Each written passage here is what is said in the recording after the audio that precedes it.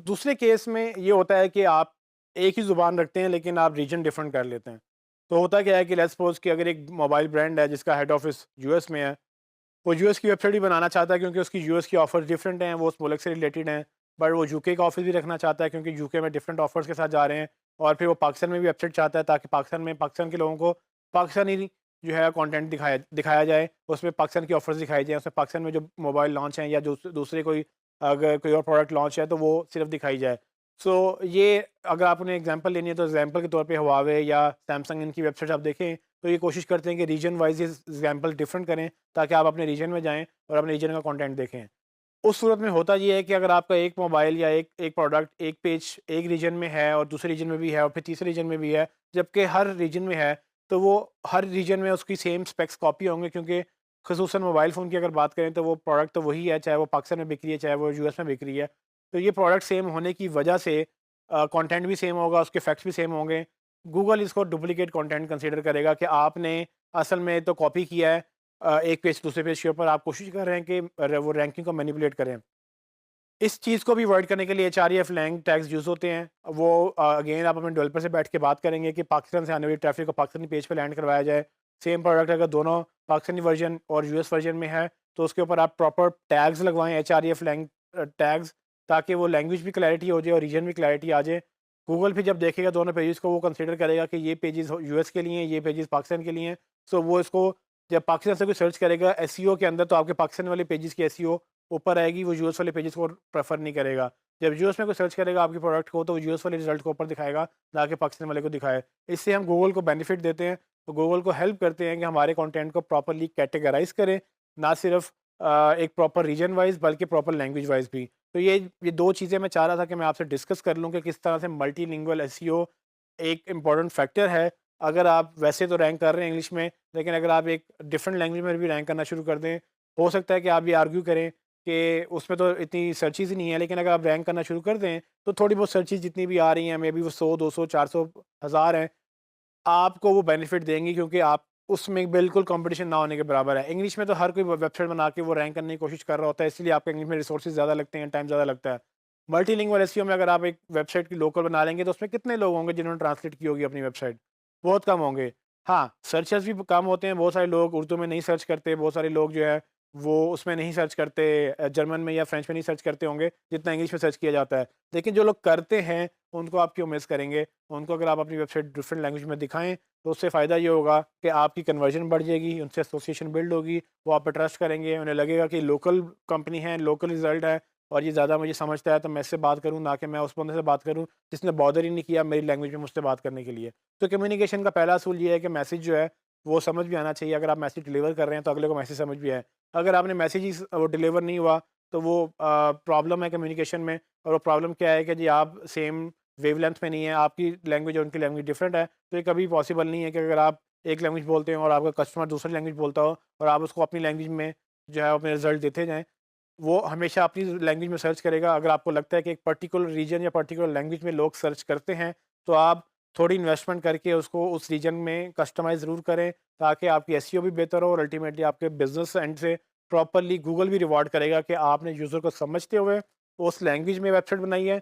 ये user experience की वही एग्जांपल है जो बार-बार हम रिपीट कर रहे हैं कि यूज़र को फॉलो करें या यूज़र एक्सपीरियंस को बेहतर करें, तो गूगल आपको इस बात का रिवॉर्ड करके एक आपको रैंकिंग भी हाई करेगा।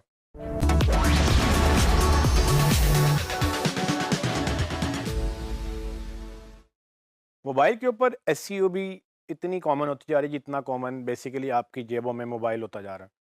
जैसे-जैसे डिवाइसेस बढ़ रही हैं, इंटरनेट सस्ता हो रहा है, हर एक की जेब में स्मार्टफ़ोन आ चुके हैं और आपको पता ही होगा कि मेजर 2 प्लेटफ़ॉर्म्स हैं जो कि डोमिनेट करते हैं। एक उनमें से एंड्रॉयड है और एक आईओएस है। तो अगर आपके पास एप्पल का आईफ़ोन है, तो आपके मोबाइल में आईओएस सॉफ्टवेयर चल रहा है और उसका एक अपना ऐप स्टोर है, जिससे आप ऐप्स या गेम्स डाउनलोड करते हैं। इसी तरह से गूगल का जो एंड्रॉयड है, एंड्रॉयड का भी अपना एक ऐप स्टोर है, जिसको बेसिकली प्ले स्टोर के नाम से जाना जाता है या गूगल प्ले के नाम से भी उसको लोग जानते हैं। सो होता ये है बेसिकली कि इन दोनों ऐप स्टोर्स में ये एक पूरा इकोसिस्टम डेवलप हो चुका है, जहाँ पर ऐप डेवलपर्स अपनी मोबाइल ऐप्स लॉन्च करते हैं। वो मोबाइल ऐप्स जब आप लोग डाउनलोड करते हैं, या तो आप उनको पैसे देते हैं या जब आप ऐप्स यूज़ करते हैं तो उनको ऐड के थ्रू जो आपको नज़र आते हैं एड्स, उनके थ्रू उनको पैसे मिलते हैं। तो ये पूरी की पूरी एक इंडस्ट्री खड़ी हो चुकी है और ये ग्रो करेगी। उसकी रीज़न ये है कि मोबाइल जो है वो ग्रो कर रहा है, आने वाले वक्तों में मोबाइल ज़्यादा पेनिट्रेट कर रहा है और यही वजह है कि वेबसाइट्स के ऊपर, इंटरनेट के ऊपर जो ज़्यादा ट्रैफ़िक आ रही है वो भी मोबाइल से आ रही है, क्योंकि मोबाइल ऑलमोस्ट हर एक की जेब में है और कंप्यूटर अब सबके पास बेशक नहीं है, लेकिन मोबाइल सबके पास ज़रूर है। अब इसमें सवाल ये पैदा होता है कि इन हज़ारों या तकरीबन रोज़ाना की बुनियाद पे हज़ारों की तादाद में नई ऐप्स जो हैं वो इन ऐप स्टोर्स पे लॉन्च हो रही हैं। और जब ये ऐप स्टोर पे ऐप्स लॉन्च होती हैं तो इनको डिस्कवर करने के लिए लोगों को सर्च भी करना होता है।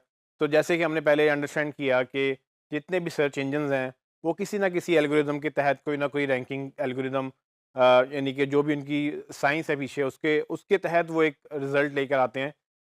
इसी तरह से जो प्ले स्टोर है, जो iOS स्टोर, दोनों उनके ऊपर भी जब आप सर्च करते हैं तो वो भी दोनों अपने-अपने पैरामीटर्स के तहत अपनी जो रिज़ल्ट्स हैं उनको रैंक करते हैं।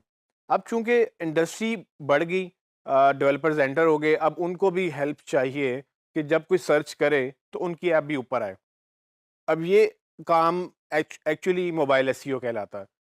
अब मोबाइल एसईओ का मतलब असल में क्या है कि मोबाइल के ऊपर सर्च इंजन जो हैं वो, यानी कि प्ले स्टोर के ऊपर, वो उसमें किस तरह से आप अपनी ऐप को ऊपर लेके आ सकते हैं, या आप अपने किसी डेवलपर जिनको आप सपोर्ट कर रहे हैं, हो सकता है आपको कोई कंपनी या कोई डेवलपर हायर कर ले कि भाई मेरी ये 10 ऐप्स हैं या मेरी एक ऐप है, इसको मैंने रैंक करना है। तो वो भी आपको हायर कर सकते हैं, क्योंकि सर्च इंजन गूगल प्ले का भी है और एप्पल का भी है और उनके कुछ पैरामीटर्स हैं जिसके तहत वो रैंकिंग करते हैं। और वो आपके लिए एक नई अपॉर्चुनिटी है कि एसईओ से हट के मोबाइल के ऊपर अगर आप जाना चाहें तो mobile SEO basically app store optimization कहलाती है। ये ऐप स्टोर ऑप्टिमाइजेशन बेसिकली क्या है, जितने भी ऐप स्टोर्स हैं उनके ऊपर ऑप्टिमाइजेशन करने को ऐप स्टोर ऑप्टिमाइजेशन कहते हैं। जैसे कि हम सर्च इंजन के ऊपर ऑप्टिमाइजेशन करने को सर्च इंजन ऑप्टिमाइजेशन कहते हैं। सो एसईओ और एएसओ में मेजर फ़र्क यही है कि एसईओ गूगल के ऊपर होती है, जबकि एएसओ जो कि ऐप स्टोर ऑप्टिमाइजेशन है वो ऐप स्टोर्स के ऊपर होती है। वो चाहे गूगल प्ले का ऐप स्टोर है या वो iOS का ऐप स्टोर है, तो दोनों में अल्टीमेटली रैंकिंग के जो पैरामीटर्स हैं वो अंडरस्टैंड करने होते हैं। और मैं आपको नेक्स्ट कुछ टॉपिक्स में ये चीज़ें बताऊंगा कि किस तरह से आप अपनी ऐप्स को या किसी डेवलपर की ऐप्स को आप रैंक करवा सकते हैं। आपको याद रहे कि हमने एसईओ तो इस पूरे कोर्स में की, लेकिन उसके साथ मैंने आपको वीडियो के ऊपर एसईओ भी बताई कि वीडियो पे एसईओ के थ्रू कैसे रैंक करना है। मैंने आपको लोकल एसईओ भी बताई, मैंने आपको मल्टीलिंगुअल एसईओ भी बताई, और अब हम मोबाइल के ऊपर एसईओ भी बात कर रहे हैं कि जो कि एएसओ कहलाती है। एएसओ में भी हम बात करेंगे कि किस तरह से आप अपनी ऐप्स ऊपर रैंक कर सकते हैं। आप सबने ये याद रखना है कि जब भी आप इसको रिसर्च करें, आप मेक श्योर करें कि ये बेसिक फंडामेंटल्स मैं आपको बता दूंगा यहाँ पर कि कैसे होता है, लेकिन ऑफ कोर्स इनकी अपनी अपनी पूरी पूरी जो है वो डेप्थ्स हैं। आप जब इनको मज़ीद डिटेल में पढ़ना शुरू करेंगे आपको काफ़ी चीज़ें और भी मिलेंगी। तो मैं कुछ इंपॉर्टेंट चीज़ें यहाँ पर आपको एक्सप्लेन करूँगा कि एएसओ कैसे होती है, उसमें क्या इंपॉर्टेंट चीज़ें देखनी होती हैं, एएसओ का रोल क्या होता है, और अल्टीमेटली इंडस्ट्री कहाँ जा रही है और आप इसमें कैसे अपना रोल प्ले कर सकते हैं।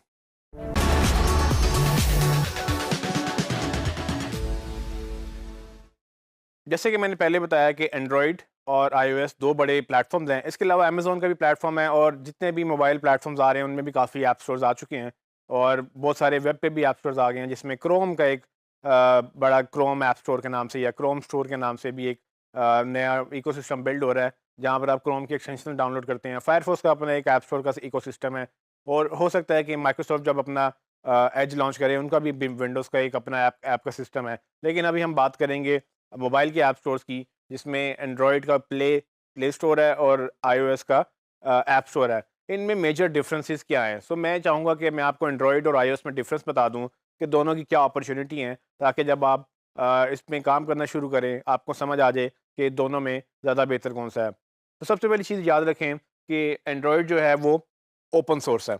ओपन सोर्स का मतलब क्या है कि एंड्रॉयड का कोड ओपन है, उसको ऑन तो गूगल करता है, लेकिन उसका ओपन होने का मतलब ये है कि वो कोई भी कोड उसको एडिट कर सकता है और उसको चेंज कर सकता है, उसमें एनहांसमेंट कर सकता है, और उसके बाद उसको मेन जो है कोड सोर्स, जो उसके मेन सोर्स कोड में अपना कोड ऐड कर सकता है।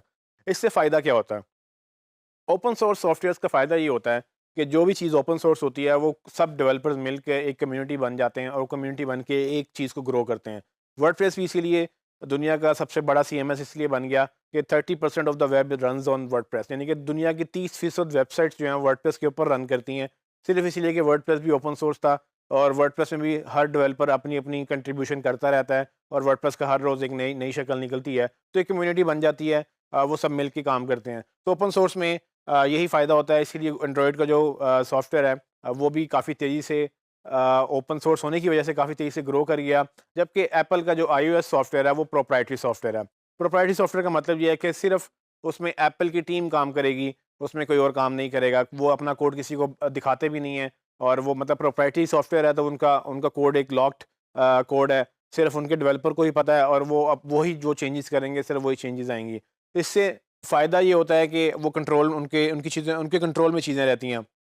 लेकिन नुकसान भी होता है।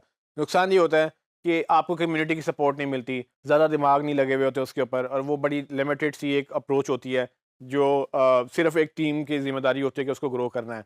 सो ओपन सोर्स हमेशा दुनिया में बड़ी तेज़ी से फैलता है और एंड्रॉयड के भी एक यही रीज़न है और हो सकता है कि आने वाले वक्तों में शायद आईओएस भी जो है वो अपना सोर्स कोड ओपन कर दे, लेकिन ये कंपनी के ऊपर डिपेंड करता है कि वो किस तरह से उसको लेके चलती हैं।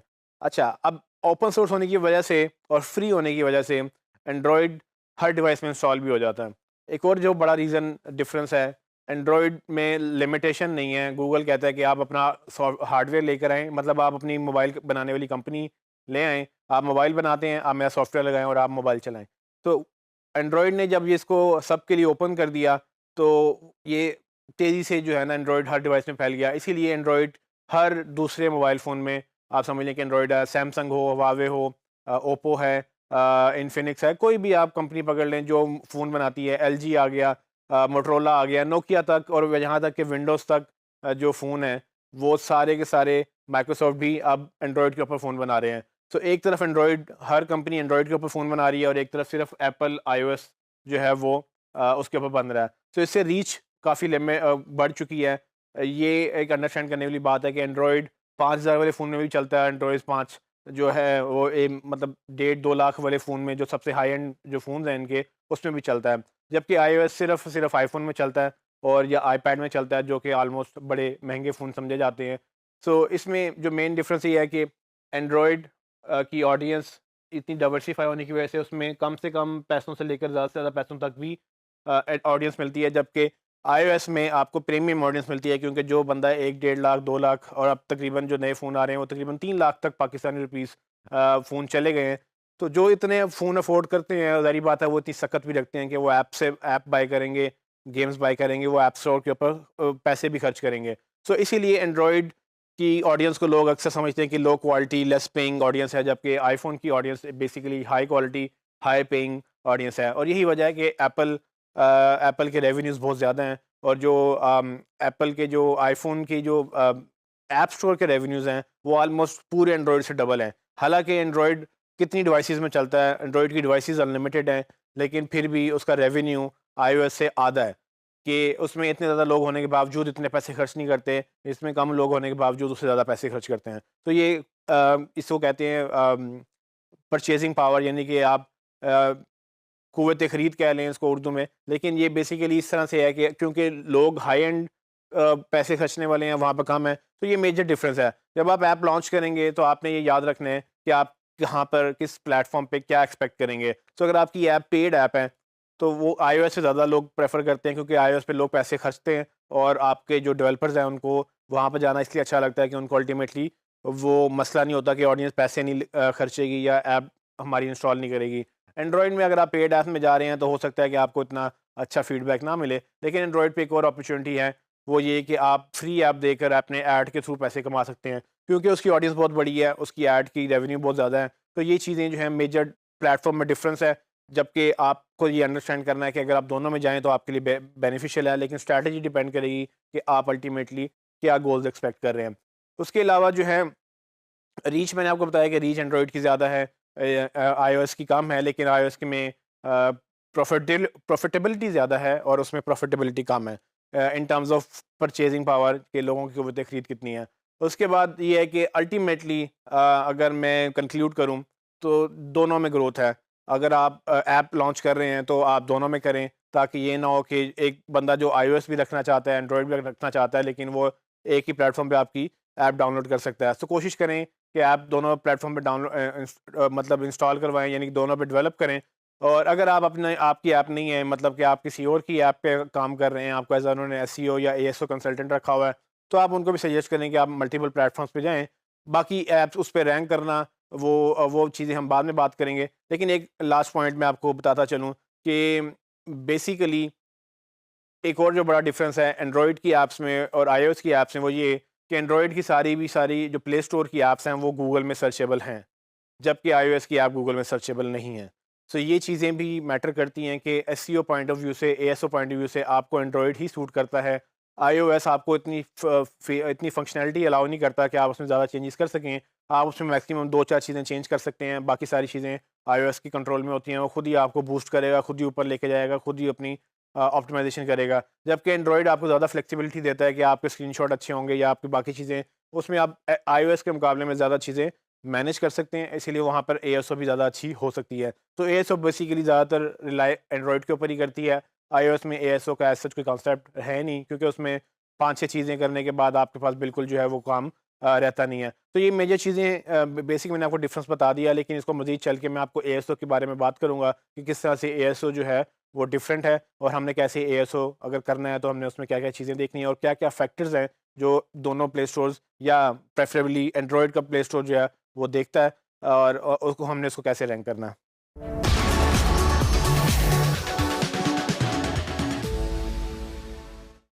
अगर आप ऐप स्टोर्स के ऊपर जा रहे हैं तो आपको सबसे जो मेजर चीज़ का ख्याल रखना है वो उसकी पॉलिसीज़ हैं। एंड्रॉयड और आईओएस स्टोर दोनों की अपनी-अपनी पॉलिसीज़ हैं, और पता नहीं क्यों लेकिन किसी वजह से ये जॉब एएसओ के ऊपर लोग डाल देते हैं कि एएसओ का काम है कि उसने पॉलिसीज़ को मॉनिटर करना है, देखना है और ऐप्स का रिव्यू करना है। जबकि मेरा ख़्याल में ऐप स्टोर ऑप्टिमाइज़ेशन, यानी कि ऐप मार्केटिंग और या ऐप के ऊपर एसईओ डिफरेंट है एज़ कम्पेयर टू जो गेम बना रहे हैं और जिन्होंने पॉलिसीज़ देख के गेम बनाई है, वो डिफरेंट है। तो अगर आप प्रोडक्शन में हैं, मोबाइल की ऐप या गेम प्रोडक्शन में हैं, तो फिर आपके ऊपर वो रिस्पॉन्सिबिलिटी आनी चाहिए। लेकिन मेरे एक्सपीरियंस के मुताबिक जितना मैंने देखा है, लोग एएसओ से एक्सपेक्ट करते हैं कि भाई वो पॉलिसीज़ भी वही देखे, और वो गूगल के ऊपर, वो प्ले स्टोर के ऊपर या आईओएस स्टोर के ऊपर वो रैंकिंग्स भी वही लेकर आए। तो ये चीज़ें आपके शायद प्लेट में आ जाएँ, लेकिन मैं आपको बेसिक चीज़ें बता देता हूँ कि दोनों की पॉलिसीज़ अल्टीमेटली यूज़र एंड से ही ड्राइव होती हैं, कि किस तरह से यूज़र को चीट नहीं करना, कौन सी पॉलिसीज़, कौन सा आपने कंटेंट दिखाना है, कौन सा नहीं दिखाना। एज लिमिट वाइज़ आपने कंटेंट वो सेग्रीगेट करना होता है कि अगर आपके वहाँ पर मतलब ऐसा कंटेंट है जो बच्चों का नहीं दिखाना, यानी कि उसमें खून है या उसमें फ़ाइट है या उसमें कोई और वायलेंस है, वो बेसिकली इन सब चीज़ों को बड़ी माइन्यूटली नोट कर रहे होते हैं। और असल में सिवियरिटी ये है कि अगर आप इन पॉलिसीज़ को फॉलो नहीं करेंगे, तो अल्टीमेटली जो है वो आपकी ऐप को बैन कर सकते हैं। यहाँ तक कि अगर आप ज़्यादा वायलेशन में आते हैं तो आपका अकाउंट भी बैन हो जाता है। तो बेसिकली जिस तरह से एसईओ में आपकी वेबसाइट जो है वो आपके कंट्रोल में रहती है, यहाँ पर आपके कंट्रोल में कुछ नहीं है। यहाँ पर आप अपनी ऐप अपनी वेबसाइट पे या अपने सर्वर पे होस्ट नहीं करते, यहाँ आप उनके प्लेटफ़ॉर्म में होस्ट करते हैं। जब उनके प्लेटफ़ॉर्म में होस्ट करते हैं, सारा कुछ उनके कंट्रोल में होता है। वो अगर आप जैसे ही उनकी डेविएट करते हैं, वो आपको नोटिस देंगे। अगर बहुत ज़्यादा सीवियर वायलेशन है, तो वो आपको मेबी ब्लॉक कर देंगे। लेकिन जब आपको नोटिस आता है, तो आप उसको रिकवर भी कर सकते हैं। So it's up to you कि आप कैसे उसको लेके चलते हैं। लेकिन मैं आपको कुछ चीज़ें बता देता हूँ कि जो कैटेगरीज़ हैं ब्रॉड, वो आपके ये जो एंड्रॉयड का लिंक है, आप यहाँ से गूगल प्ले स्टोर की पॉलिसीज़ जाके पढ़ सकते हैं। इसमें ब्रॉड कैटेगरीज़ बनाई हुई हैं। कुछ चीज़ें आपकी मार्केटिंग से रिलेटेड हैं, कुछ चीज़ें मार्केटिंग से रिलेटेड नहीं हैं, कुछ चीज़ें जेनेरिक कंटेंट से रिलेटेड हैं, या वो ऐप के डिस्प्ले से वो रिलेटेड हैं। आप इस लिंक पे जाके मज़ीद इसको पढ़ सकते हैं। ये याद रखें, अगर आप एएसओ कर रहे हैं, तो आपको ये याद होनी चाहिए, या आपकी फिंगर टिप्स पे होनी चाहिए। एक अच्छी बात ये हो सकती है कि आप इसका प्रिंट ले लें, इसका एक पीडीएफ वर्जन भी आप डाउनलोड कर सकते हैं। वो आप प्रिंट ले लें प्लेन टेक्स्ट में, और उसके अपने पास सेव कर लें, और उसको बार-बार गो थ्रू किया करें, ताकि आपको ये पता हो कि क्या पॉलिसीज़ हैं और क्या नहीं हैं। आईओएस की भी इसी तरह से ऐप स्टोर की अपनी पॉलिसीज़ हैं, इसका भी लिंक आपके सामने है। यहाँ पर जाके आप आईओएस की पॉलिसीज़ डाउनलोड कर सकते हैं। अगेन आई डोंट नो कि ये आपकी जॉब बनेगी कि नहीं, लेकिन एएसओ अगर आप कर रहे हैं तो पॉलिसीज़ आपको वैसे भी देख लेनी चाहिए। इसमें कोई हर्ज नहीं है, आपकी एक स्किल बिल्ड होगा, और ये अल्टीमेटली ये बहुत ज़रूरी है, क्योंकि अगर ऐप ही नहीं चलेगी तो मार्केटिंग कैसे होगी? मार्केटिंग करने के लिए आपको ऐप चाहिए और ऐप को प्रॉपर प्रमोट करने के लिए आपको पॉलिसीज़ पढ़नी है और उसके अंदर आपने देखना है कि आप किस हद तक क्या चेंजेस कर सकते हैं, वो क्या चेंजेस आप ला सकते हैं। क्योंकि मार्केटिंग में अगेन जैसे कि मैंने पहले भी आपको चीज़ें बताई कि यूज़र एक्सपीरियंस हर प्लेटफ़ॉर्म देखता है। आपने अगर अपनी ऐप भी ग्रो करनी है, तो उसमें यूज़र एक्सपीरियंस मैटर करेगा। ये मैं आगे आपको चल के फैक्टर्स भी बताऊँगा कि किन फैक्टर्स पे ये प्लेटफ़ॉर्म डिसाइड कर रहे होते हैं, कौन ऊपर रैंक करेगा, कौन नीचे। उनमें ये यूज़र एक्सपीरियंस की भी बात आएगी और यूज़र एक्सपीरियंस तब बेहतर होगा जब आपको पॉलिसीज़ का पता होगा।